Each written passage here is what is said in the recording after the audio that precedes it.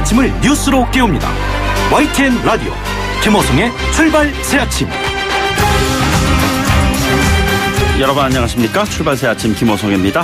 지난해 마지막 날 자신의 환자에게 희생을 당했던 고 임세원 교수 기억하시죠? 고인의 희생이 유족의 품격으로 다시 살아났습니다. 고 임세원 교수의 유족들이 조의금 1억 원을 정신건강재단에 기부했습니다.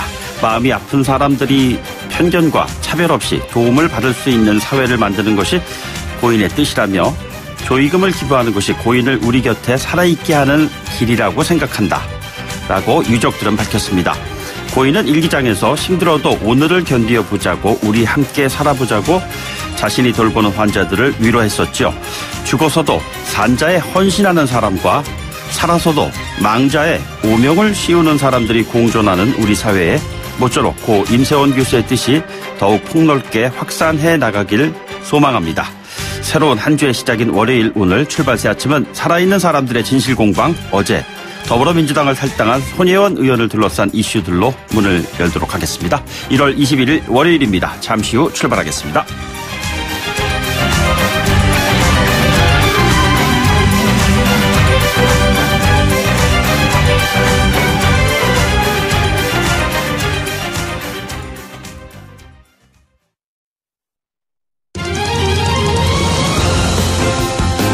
가장 뜨거운 이슈 오늘의 헤드라인 출발 새아침 헤드라인 인터뷰.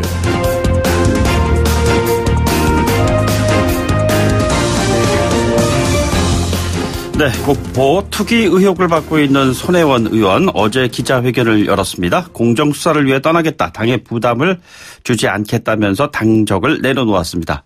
0.001%라도 검찰 조사를 통해서 밝혀진다면 그 자리에서 국회의원직을 내려놓겠다. 이렇게 선언하기도 했었죠. 그런데 그 자리에 말이죠. 현직 국회의원 한 분을 거론해서 관심을 끌었습니다.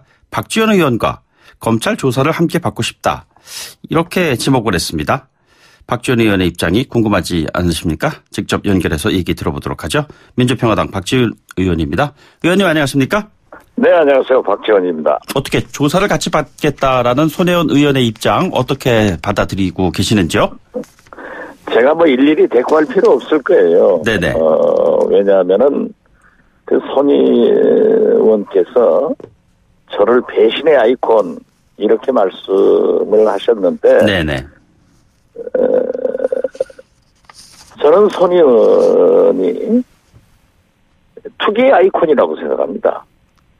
예. 저도 저에게 2채를 샀다고 했고, 언론에 9채까지 보도될 때는 사실 그 건수는 많다 하더라도, 액수는 그렇게 많지 않았습니다. 네네. 그래서 선의로 목포에 그렇게 폐허돼가는 구도심에 투자를 해준 것은 고마운 일이다. 예. 이렇게 생각했는데 아니 지금 언론에 의거해서 20여 곳, 30여 곳에 가까운 것으로 보도가 되면은 또 본인이 부인하지 못하면은 그건 누가 보더라도 투기예요. 네네. 그렇기 때문에 저는 투기가 아니다.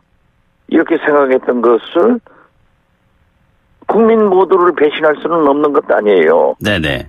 그렇기 때문에 투기라고 얘기한 거고, 검찰 조사를 받아야 된다라고 했습니다. 그렇기 때문에 이제는 손 의원 자신도 검찰 수사를 받겠다고 했기 때문에 검찰 수사를 받아서 사실을 밝히는 것이 옳은 일이다 이렇게 생각합니다. 예, 모든 분들이 다 알고 계시는 사안입니다만 의원께서 처음에 손혜원 의원이 투기가 아니라고 확신한다. 이래서 박지원 의원께서 손혜원 의원 입장을 좀 옹호한다 이런 생각들을 가지고 계신 것 같았는데요. 그런데 전혀 지금 다른 상황이에요? 당연히 저는 저에게 2채 샀다는 얘기를 했고, 네네. 일부 언론에 SBS에서 9곳을 얘기했을 때까지 그 금액이 얼마가 되지 않기 때문에 저는 결코 투기라고 보지 않는다. 네네. 이렇게 하는 건 당연한 거 아니에요. 예. 또 목포를 지역구로 둔 목포 폐허되는 구도심을 살리려고 하는 그분의 충정을 저는 믿었단 말이에요. 예. 그런데 그게 20여 채가 가깝고 30여 채가 가까워진다고 하면은 어떤 국민이 이거 투기다라고 생각하지 선의로 생각하겠어요. 제 입장이 바뀐 것은 사실이 확대됐고 소년이 그때만 하더라도 내가 사실 이렇게 보고하고 있다. 이런 충정에서 했다라고 하면은 별 문제예요. 예. 언론에 의거해서 30여 곳이 밝혀진다고 하면은 그것을 어떤 국민이 투기로 보지 않겠습니까? 지역구 의원으로서 과거에 손혜원 의원이 목포 구도심을 개발하겠다. 의지를 갖고 있다. 이런 이야기 사전에 들으시지 않으셨습니까? 저는 직접 듣지는 못했고 손 의원께서 목포에 자주 오셨어요. 네네. 그리고 무슨 문화행사장에서 만나기도 했어요. 그렇지만은 또 풍문에는 손혜원 의원뿐만 아니라 서울에서 외지에서 많은 부동산 투자를 하려고 오는 사람들이 있다라고 했지만 실질적으로 그렇게 거래가 많지 않았어요. 네네.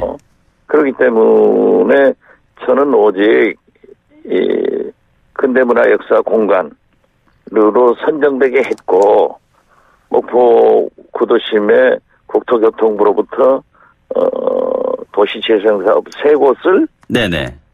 이제 지정하게 해서 예산 확보를 했기 때문에 이런 모든 집행은 목포시에서 하기 때문에 잘 해야 된다. 예. 이런 것만 늘 그 시하고 관계자들하고 얘기만 해왔었어요. 네네. 그러니까 손 의원의 구체적인 어떤 활동이나 행동에 대해서는 잘 몰랐죠. 네네. 그 의원 포함한 서산 운금지구 아파트 조합원, 중흥건설 그리고 SBS 취재TV 여기까지 왔는데 같이 갑시다. 이런 그 SNS의 손혜원 의원 주장입니다. 검찰 조사 관련된 언급까지 지금 하고 있는 상황이에요. 어떻게 받아들이실 생각이십니까? 그건 손혜원 의원이 팩트를 잘못 알고 있는 거예요. 네네. 제가 제 SNS를 통해서 밝혔습니다마는 저는 2017년부터 서산 온금 지역의 재개발을 반대했습니다. 네네. 유달산 자락에 21층의 아파트를 건설한다고 하는 것은 완전히 목포의 흉물을 건설하는 거예요. 네. 조망권을 가리는 거예요. 예. 목포의 자랑은 사막도 영산강 유달산인데 그걸 가려서 되겠느냐 네네. 라고 했고 조선내화만 하더라도 저도 문화재로 좀 키우자 하는 얘기를 많이 해왔는데 네. 그걸 손혜원 의원이 제가 재개발을 찬성하는 것으로 잘못 알고 있어서 그런 얘기를 한 것 같아요. 네네. 그런데 반대를 하시는 입장을 2017년부터 밝혀오셨다 이 말씀이시죠? 그렇죠. 그 언론 보도된 것을 제가 다 SNS에 공개했어요. 네네. 2017년 9월 18일, 9월 20일 그 지방지에 보도된 것들을 제가 SNS에 공개했습니다. 네네. 어제 손 의원 기자회견을 했습니다만 사전에 문화재 지정 정보를 알고서 있었는지 부당 압력이 있었는지 이런 그 문제 제기들이 있습니다. 이 부분에 대해서 어떻게 보고 계십니까? 그것은 제가 잘 모르겠어요. 네네. 어떻게 됐든 국토부에서 도시재생사업을 공모해서 목포가 응모해가지고 1건, 나중에 2건, 3건이 확정됐는데 이제 국토부로부터 나는 문화재 보존 사업을 해야 된다라고 했을 때 문화관광체육부에서 한다는 얘기를 듣고 그 부처에 알아보고 문화재청에 컨택을 해가지고 이루어진 네네. 일이기 때문에 손혜원 의원이 여기에 관계됐는지 어떻는지 그것은 저는 전혀 모르고 듣지도 못했습니다. 예. 그 그리고 관련한 예산 확보만 하더라도 제가 저희 민주평화당 의원들의 교육문화위에서 예결위에서 도움을 받았지 네네. 손혜원 의원의 도움을 받은 적은 없습니다. 예.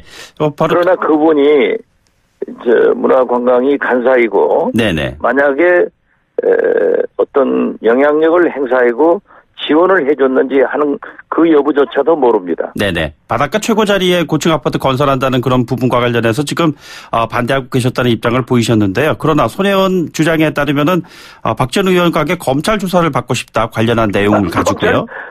검찰 수사 받게 되면 받죠. 네네. 저는 검찰 수사를 받을 이유가 없어요. 예. 그러나 그 손혜원 의원이 저에게 의혹을 제기해서 필요성이 있다고 하면은 네네. 다시라도 나가서 받겠습니다. 예, 알겠습니다. 목포가 지역구이시니까요. 지금 문화재 거리 그 주변 일대 지역민들의 삶이 과거에보다 좋아졌습니까? 그게 지금 그 긍정과 부정과 네네.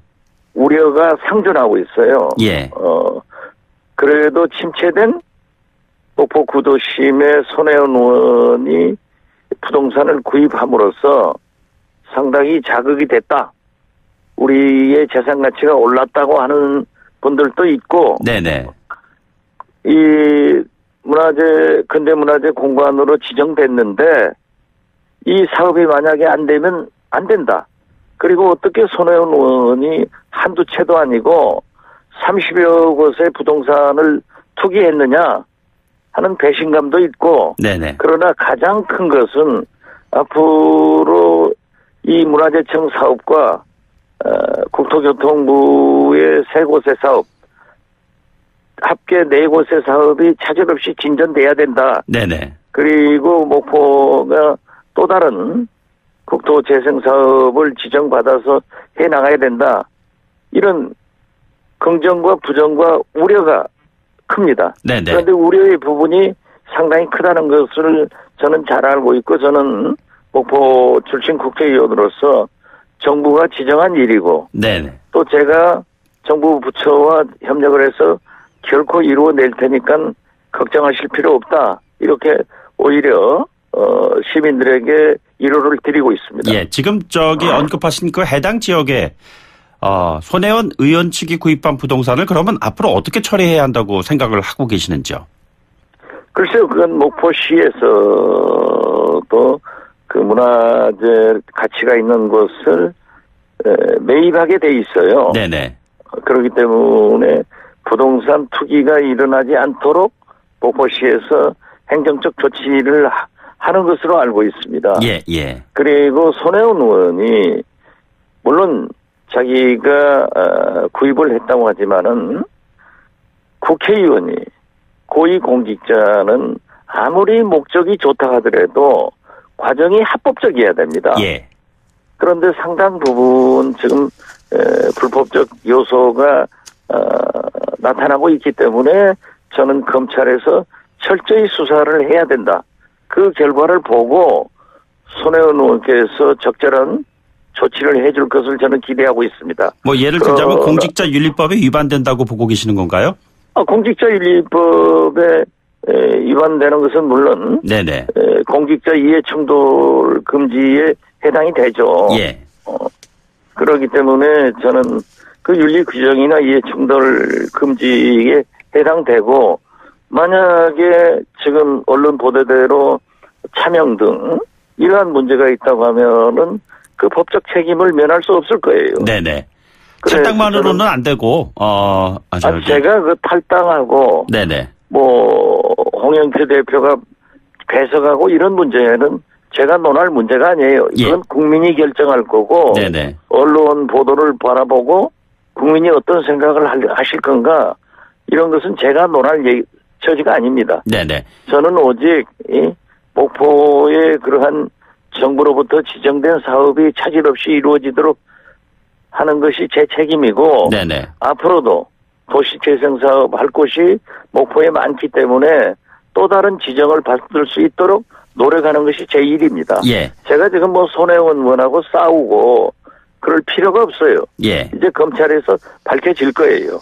탈당만으로는 안 되고 의원직을 내려놔야 한다는 주장에 대해서는 어떻게 생각하십니까? 제가 얘기할 성격이 못 된다니까요. 네네. 네.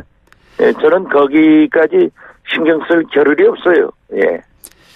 야당 측에서 주장하는 사안이기도 합니다만 송밤망이 그 당의 징계의 배후에 청와대가 있다, 이런 얘기도 나오고 있습니다. 어떻게 보고 계시는지? 그런 청와대 개입까지 저는 보지 않습니다. 네네. 지금 일부에서 김정숙 여사 문제를 들고 나오는데, 예.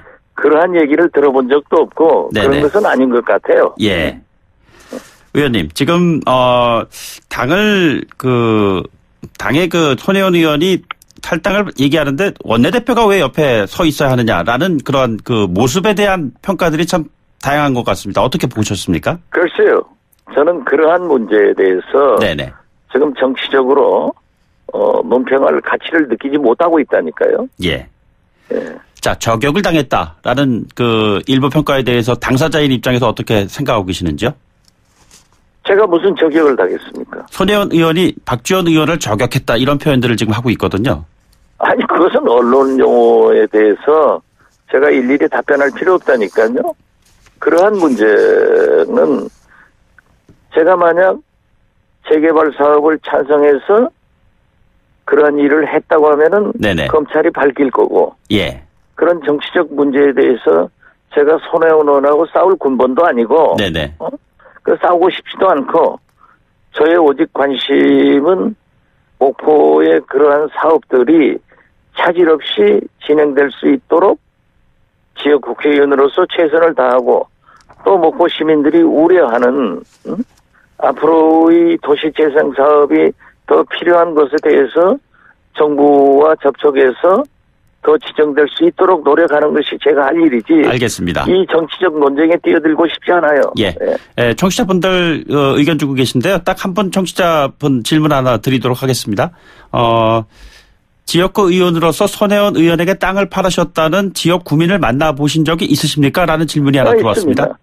있어요. 있습니까? 예, 있어요. 예. 제가 제가 목포에 매주 금기 원래 금요일날 내려와서 일요일날 월요일날 새벽 돌아오는데 거기서 당연히 만나봤죠. 네네. 그러니까 그분들도 긍정적인 생각과 부정적인 생각, 네네. 그리고 우려 이 세 가지가 상존하고 있다니까요. 네. 알겠습니다. 오늘 말씀 여기까지 듣죠. 고맙습니다. 네, 감사합니다. 네, 지금까지 민주평화당의 박지원 의원이었습니다. 1부 마치고 2부에 돌아오죠.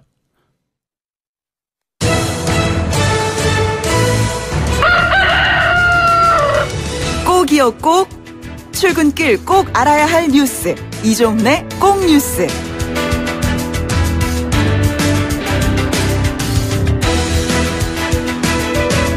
네, 오늘 손혜원 의원 이슈로 그 꽁뉴스가 원래 처음에 나와야 되는데 순서를 좀 바꿨습니다. 그래서 지금 시사평론가 이종훈 박사 나와 계십니다. 안녕하십니까? 네, 안녕하세요. 예, 이 얘기를 좀 이어나가야 될 것 같습니다. 손혜원 더불어민주당 의원 탈당 관련된 얘기로 좀 정리를 해 주시죠. 네. 어제 기자회견을 가졌죠. 네네. 당에 더 이상 부담을 주지 않고자 당적을 내려놓기로 했다. 제가 해결하겠다고 강력히 당 지도부에 말했다. 이렇게 네네. 밝혔습니다. 기자회견장에 함께 나온 홍영표 원내대표도 당적 포기를 만류를 했다라고 밝혔습니다. 그러니까 자진 탈당이라고 하는 점을 굉장히 예. 강조를 한 거죠. 그런데 그게 이제 표면적 이유가 그렇고 그럼 실제로도 그럴까? 예. 네네. 그거는 조금 더 시간이 지나면 좀 또 다른 얘기가 나올 수도 있다라고 예. 생각이 됩니다. 지금 보수 야당 쪽에서 김정숙 여사하고 동창이라는 점 특히 강조하고 있고 여론이 좀 이렇게 많이 나빠지면서 청와대도 상당히 좀 부담을 느꼈을 가능성이 있고요. 네네. 이 더불어민주당 역시 손 의원의 해명을 일단 받아들여서 조치를 보류하긴 했는데 예. 역시 또 이 여론이 굉장히 의식이 됐을 거란 말이죠. 그래서 스스로 좀 결단을 내려주기를 바랐을 것이고 이런 기류가 직간접적으로 손 의원 쪽에 전달됐을 가능성이 있지 않나. 네네. 그래서 자진 탈당을 선택하지 않을 수 없는 그런 예. 상황으로 간 게 아닌가 싶고 다만 그 자진 탈당을 굉장히 모양새를 갖춰줬다. 홍 원내대표가 이제 네네. 함께 자리를 해서 사실 약간 의혹 관련해서 탈당을 하는데 원내대표가 함께 자리를 한다. 이건 굉장히 이례적인 일 글쎄요. 아니겠습니까? 네. 어찌됐건 지금 야당 쪽에서는 꼬리 자르기다. 손 의원의 의원직 사퇴를 지금 요구하고 있는 상황이고요. 이제 남은 건 검찰 수사의 결과를 지켜봐야 되는 상황이고. 네네. 손 의원이 또 SBS도 고발하겠다라고 지금 이야기를 하고 있어서. 네네. 시민단체 쪽에서 이미 고발당까지 포함해서 함께 수사가 진행되지 않을까 싶습니다. 예. 시민단체는 고발을 하는 게 맞는 것 같은데 손 의원은 당사자이기 때문에 고소를 해야 되는 거 아닌가요? 네. 예. 뭐 고소고발 뭐 이런 표현이 지금 함께 나오고 있습니다. 네, 그렇습니다. 알겠습니다. 북미 고위급 회담 소식으로 좀 넘어가야 될 것 같아요. 실무 협상 단계로 이제 지금 한 단계 지금 넘어간 겁니다. 네, 그렇습니다. 미국 시간으로 지난 18일 오전에 폼페이오 미국 국무장관하고 김영철 북한 노동당 부위원장이 네네. 50분 정도 고위급 회담을 가졌습니다. 그리고 그 직후에 김 부위원장이 백악관으로 곧바로 이동을 했고 트럼프 대통령하고 90분 네. 면담을 가졌어요. 그러니까 고위급 회담보다 트럼프 대통령하고 면담 시간이 더 길었습니다. 도대체 무슨 얘기를 나눴을까 굉장히 궁금해지는데요. 네. 이 자리에서 김정은 북한 국무위원장 친서도 일단 전달을 한 것으로 이렇게 지금 보도 나오고 있습니다. 트럼프 대통령은 비핵화에 많은 진전을 이뤘다라고 지금 자평을 하고 있어요. 예. 그래서 뭔가 좀 진전이 있었던 것 같긴 한데 이게 스몰 딜 그동안 알려진 그 정도 수준인지 아니면 네네. 그걸 뛰어넘는 수준인지 그게 좀 앞으로 지켜봐야 될 대목 같습니다. 스몰 딜이 아니라 그럼 빅 딜이 있을 수도 있다는 얘기네요. 스몰 딜 플러스 알파일 예. 수 있는 거죠. 그러니까 네네. ICBM 뭐 폐기하는 거 하고 지금 예. 일부 대북 제재 해제하는 거 하고 연계한다. 이게 이제 스몰 딜인데 네네. 거기에 플러스 알파. 미국 쪽에서 계속 요구해온 뭐 핵 리스트 관련해서 일부가 포함됐을 가능성. 예. 뭐 이런 정도로 추정해 볼 수 있지 않을까 싶습니다. 네. 지금 고위급 회담 이후에 여기에 지금 동석했던 스티븐 비건 국무부 대북정책특별대표가 곧바로 스웨덴 스톡홀름으로 이동을 했고요. 최선희 북한 외무성 부상은 이미 도착을 해 있는 상황에서 지금 23일까지 합숙 담판을 한다. 네네. 지금 뭐 방송 보시면 상당히 좀 외진 지역 같아요. 그렇더라고요. 예, 예. 거기서 그냥 몇 박 며칠 동안 있으면서 계속 합숙을 하면서 논의를 이어간다는 얘기인데 여기에서 2차 북미 정상회담 의제가 일단 핵심적으로 다뤄질 것 같고 네. 그와 더불어서 시기와 장소도 최종 확정될 것으로 알려지고 있습니다. 네네. 백악관 측은 지금 트럼프 대통령하고 김영철 부위원장 면담 뒤에 2월 말에 가까운 시점이라고만 일단 설명을 했고요. 예. 장소는 추후 발표 이렇게 얘기를 했거든요. 네네. 장소는 뭐 베트남이 여전히 유력한 것으로 전해지고 있습니다. 그리고 이에 따라서 김 위원장의 답방 네. 역시 3월 또는 4월이 될 것이라는 추측이 지금 많이 나오고 있습니다. 정리를 하면은 2월 말까지 베트남 어느 지역에서 북미 정상회담이 열리고 3월이나 또는 4월에 이제 남북 정상회담이 열리고 이런 수순으로 그렇죠. 생각하면 되겠군요. 그렇습니다. 네. 예. 국내 소식이요. 홍역 환자가 계속 늘고 있어요. 예, 그렇습니다. 뭐 대규모라고 보기는 어려운데 그래도 꾸준하게 지금 늘고 있어서 상당히 지금 방역 보건당국이 지금 비상이 걸린 상황입니다. 네네. 대구에서 시작을 했습니다. 그래서 지금 시흥시하고 안산시까지 지금 홍역 확진 환자가 좀 증가세를 보이고 있고요. 예. 지금 현재 대구 경북 지역에서는 17명, 그다음에 지난 11일에 시흥에서 1명, 안산에서 5명 이렇게 발생했는데 시흥에서 발생한 환자와 안산에서 발생한 환자 사이에는 약간 좀 연결 지점이 좀 있습니다. 네네. 접촉 이력이 좀 있어서 이게 또 추가로 또 다른 지역으로도 이게 확산될 수 있는 여지가 좀 있다. 이런 것을 지금 암시를 하는 거죠. 역시 접촉이 문제인 것 같고 처음에는 뭐 영유아에서 발생을 했는데 이게 의료 종사자에게도 좀 감염이 되고 있는 네. 그런 그 지금 경로도 좀 나타나고 있습니다. 그래서 보건당국이 역학조사, 감염 경로 파악에 지금 나선 상황이고요.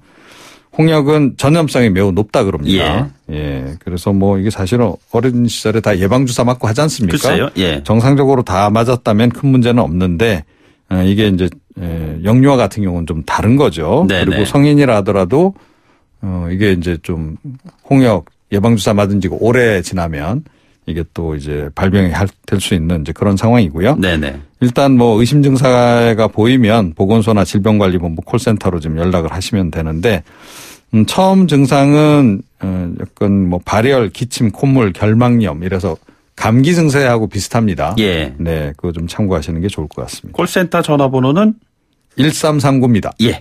1339번으로 네. 전화를 거시면 될 것 같습니다. 인천 서구청장 성추행 논란 이건 또 무슨 얘기입니까? 네. 이게 좀 요새 예천군 의회 사건도 있었고, 네. 이번엔 또 인천 서구청장까지입니다. 이 지방의원부터 자치단체장까지 자유한국당 출신에서 더불어민주당 출신까지 예. 이게 좀 전방위로 좀 이런 일이 잊혀질만 하면 한 번씩 발생하고 있는 건데요. 네네. 사건의 발단은 서구청 소속 한 직원이 구청 공영주차장 타워에서 스스로 뛰어내리는 사고가 있었고 지난 10일에 이제 장례식을 치렀다 그래요. 예. 그 다음 날 이재현 구청장이 이 기획예산실 직원들을 격려하는 회식 자리를 만들었고 직원 30여 명하고 저녁 먹고 노래방으로 자리를 옮겼다 그래요. 그런데 그 자리에서 여직원에게 부적절한 신체 접촉을 하고 네네. 춤을 함께 출 것을 강요를 했다는 겁니다. 항의하자 간부들이 이제 회유까지 했다. 네. 이런 얘기까지 지금 흘러나오고 있는 상황입니다. 알겠습니다. 추이를 지켜보도록 하죠. 오늘 말씀 고맙습니다. 네. 지금까지 이종훈 시사평론가였습니다. 네. 1부 마치고요. 2부에 돌아오죠. 뉴스를 만들어내는 뉴스. 이슈를 끌고 가는 이슈. 아침을 여는 정통 아침 시사. YTN 라디오 김호성의 출발 새아침. 네, 출발 새아침 2부에서는요. 자유한국당의 심재철 의원을 전화로 연결해서 당의 상황을 알아보도록 하겠습니다. 잠시 뒤 돌아오겠습니다.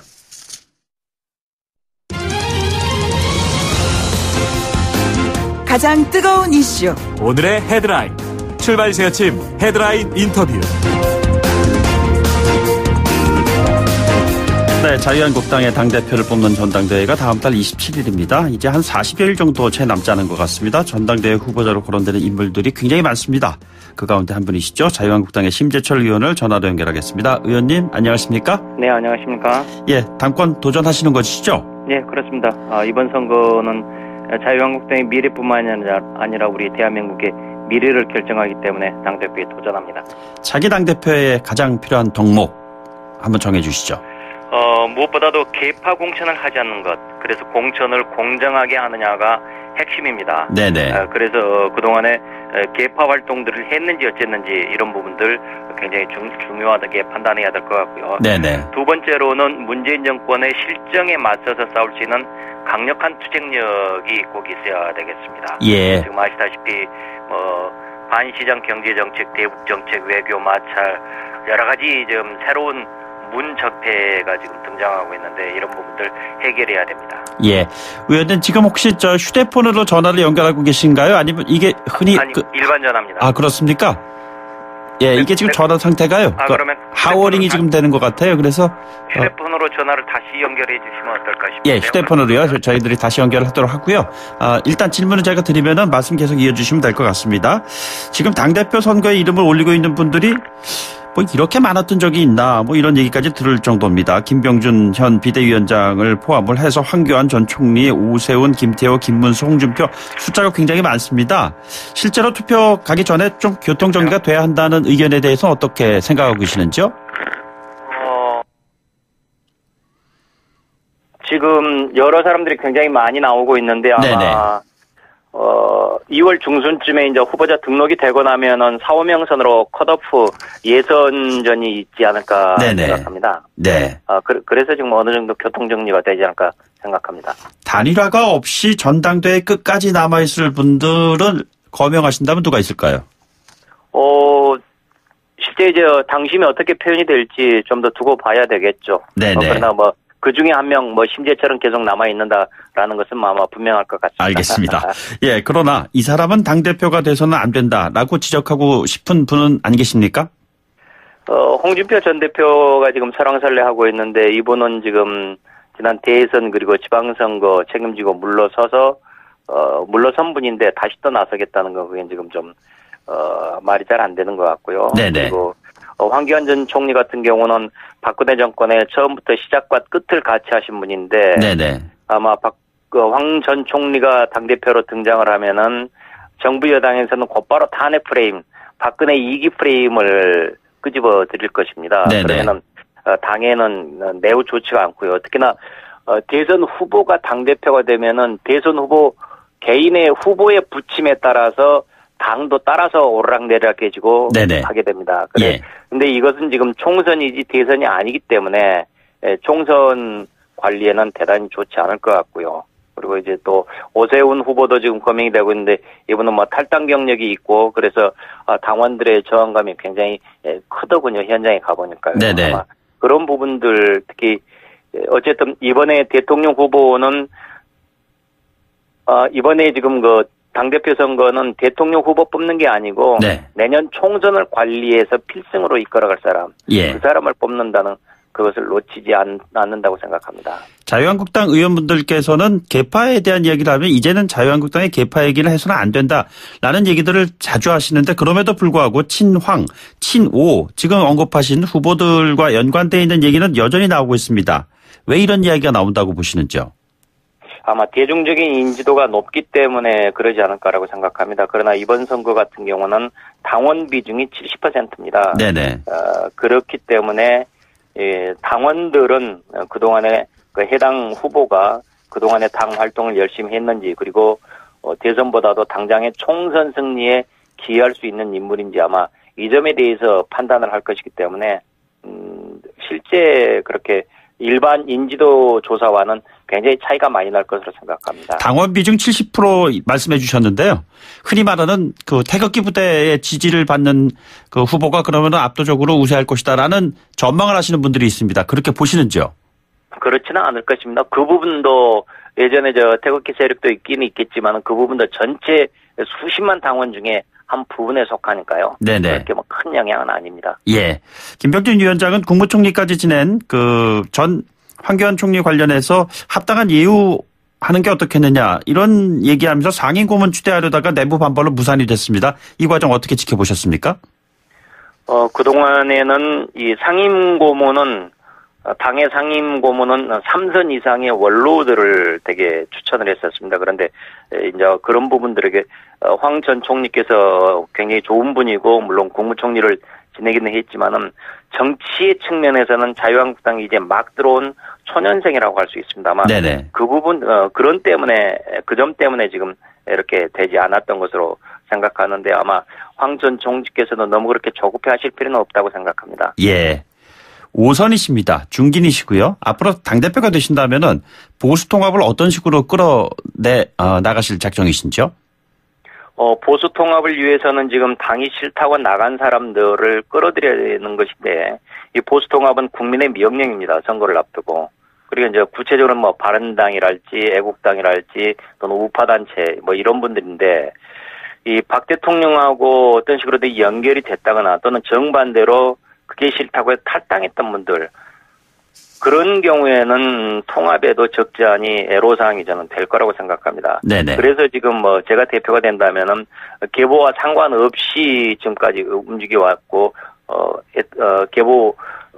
계보가 없었으니만큼 그런 부분들이 기초 장애 요소는 전혀 없다. 따라서 쉽게 풀릴 수가 있다라고 이렇게 추측하고 이렇게 예상하고 있습니다. 예. 다른 야당, 예를 들자면 바른미래당이라든가 이런 쪽의 분들과 의원들과의 어떤 교감, 소통 같은 거 하고 계십니까? 개인적으로는 아는 사람들이 있으니까요. 소통은 하고 있죠. 네. 보수 대통합이라는 큰 우산 아래 다 함께 모일 수 있다고 생각하고 계시는지요? 당연히 모여야 됩니다. 그것이 국민의 명령이고 시대 정신입니다. 그렇지 않으면은 내년 총선 대단히 힘들어집니다. 네네. 자, 주제를 좀 돌려보겠습니다. 손혜원 의원이 어제 기자회견 열고 더불어민주당 당적을 내려놨습니다. 어떻게 보셨는지요? 당적을 내려고 탈당한 것은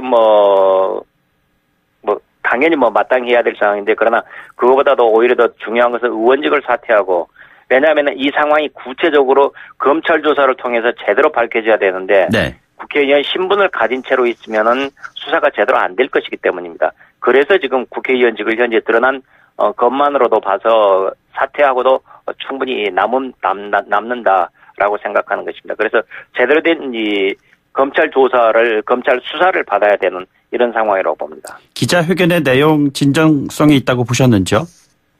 글쎄요, 그 부분은 굉장히 본인 목숨까지 걸겠다 이렇게 지금 말씀을 하셨는데, 사실상은 이 의원직 사퇴도 하지 못하는데, 다시 말해서 의원직도 못 걸고 있는 사람이 무슨 목숨을 걸겠습니까? 네네. 실제로는 목숨 걸고 부동산 투기에 덤벼들었다. 사력을 다해서 부동산 투기를 했다. 이게 지금 올바른 표현일 것 같습니다. 예, 한국당에서 손혜원 랜드게이트라고 하면서 TF까지 뿌리셨습니다. 그런데 민주당에서는 초권력형 비리 이 같은 지적과 관련해서 너무 나가는 것이 아니냐 이런 반응을 보이고 있습니다. 어떻게 생각하시는지요?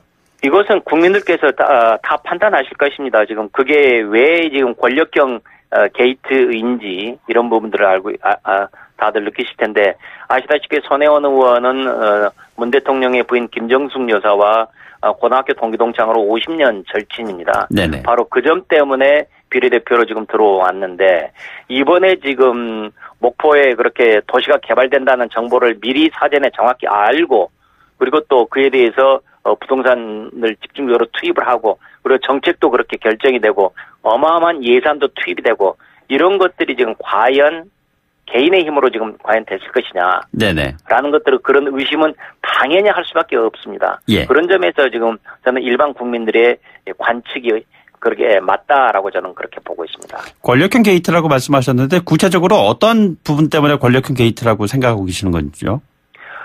정보를 사전에 미리 알고 그러니까 문화재 거리가 지정될 것이라는 것들을 어떻게 사전에 알고 그리고 또 어느 구역이라는 것 네네. 그리고 그래서 그 구역 내에 부동산들을 집중적으로 매입했다는 것 그리고 그 이후에 예산이 집중적으로 투입됐다는 것 이런 부분들 보면은 당연히 권력의 힘이 아니고서는 이해할 수 없는 조치들이 많습니다. 네네. 그래서 지금 권력형 게이트다라고 저희들은 판단하는 것입니다. 검찰 조사 과정에서 조금 전에 저희가 일부에서 박지원 의원을 연결했습니다만 해당되는 사람들이 다 함께 검찰 조사 받아야 된다고 생각하고 계시는지요?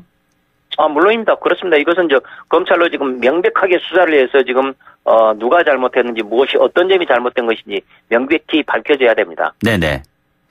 알겠습니다. 오늘 말씀은 여기까지 듣도록 하겠습니다. 고맙습니다. 네, 감사합니다. 지금까지 자유한국당의 심재철 의원이었습니다. 1부 마치고요. 2부에 돌아오고 3부? 네. 네, 출발새 아침 1부는 꽁뉴스로 문을 열곤 했었는데요. 오늘 약간 순서가 바뀌었습니다. 그래서 제가 1부, 2부, 3부 좀 정신이 없었던 것 같습니다. 지금 2부가 끝나는 시간입니다. 8시 뉴스를 듣고요. 3부에 돌아오도록 하겠습니다.